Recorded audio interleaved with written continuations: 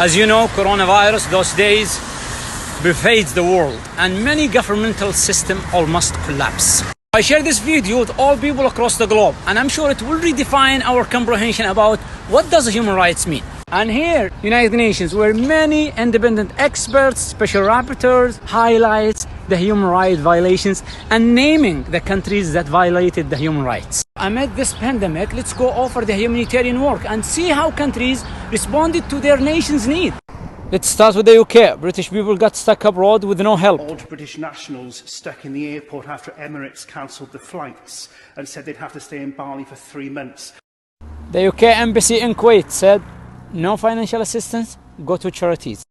There's no fruit, there's no vegetables. You just need to stop it. Let's move into Canada.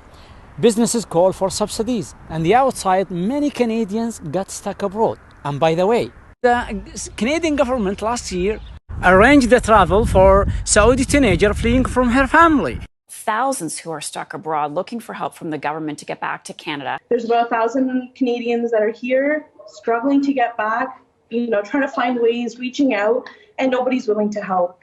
Okay, let's move on to Spain. They are asking for humanitarian assistance. Necesitamos ayuda. Leganés se está muriendo. No hay sitio en el hospital. Esto es una vergüenza a nivel nacional. I'm from Lyon, France. In the line in front of the supermarket. And now I'm here. Wow.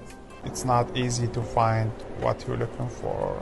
In the US, let's start with Sanders' tweet about human rights. The system of capitalism where profit matters more than people is so damn sick. And the coronavirus is showing us all its symptoms. We need where everyone is guaranteed free, high-quality healthcare. Many businesses are closed, so the working class people lost their jobs. Gloves and masks in the United States are sold out, and Tennessee tells doctors to use diapers and goggles as a protection. Last year, 36 countries issued joint statement about Saudi Arabia, and they expressed their concerns about human rights, and some of these countries are that I mentioned above. In contrast, let's take a look inside Saudi Arabia and see how they responded to this pandemic. Let's start with the non-Saudis who are living right now in Saudi Arabia. I'm actually advising Americans that are in the kingdom that I would strongly consider sheltering in place. Food supply is good, emergency services are sound. En Arabie Saoudite, hôpitaux publics, hôpitaux privés, tous accueillent, soignent les malades du coronavirus. Masks and gloves distributed for free in the street.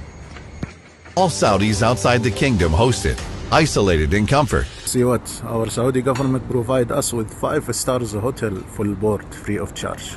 코로나 때문에 그렇지만 사우디아라비아 대사 식구들 아주 감사드립니다. I am Saudi.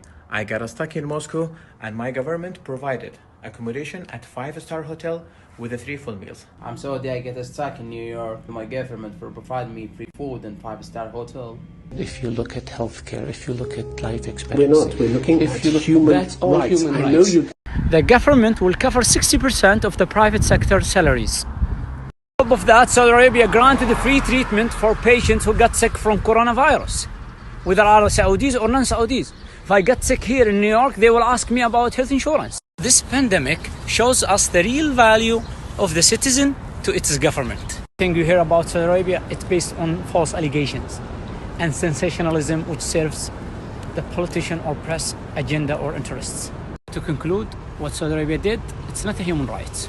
It's something more far away from our comprehensions, something called fatherhood, which is mutual respect, love and care between the government and its people.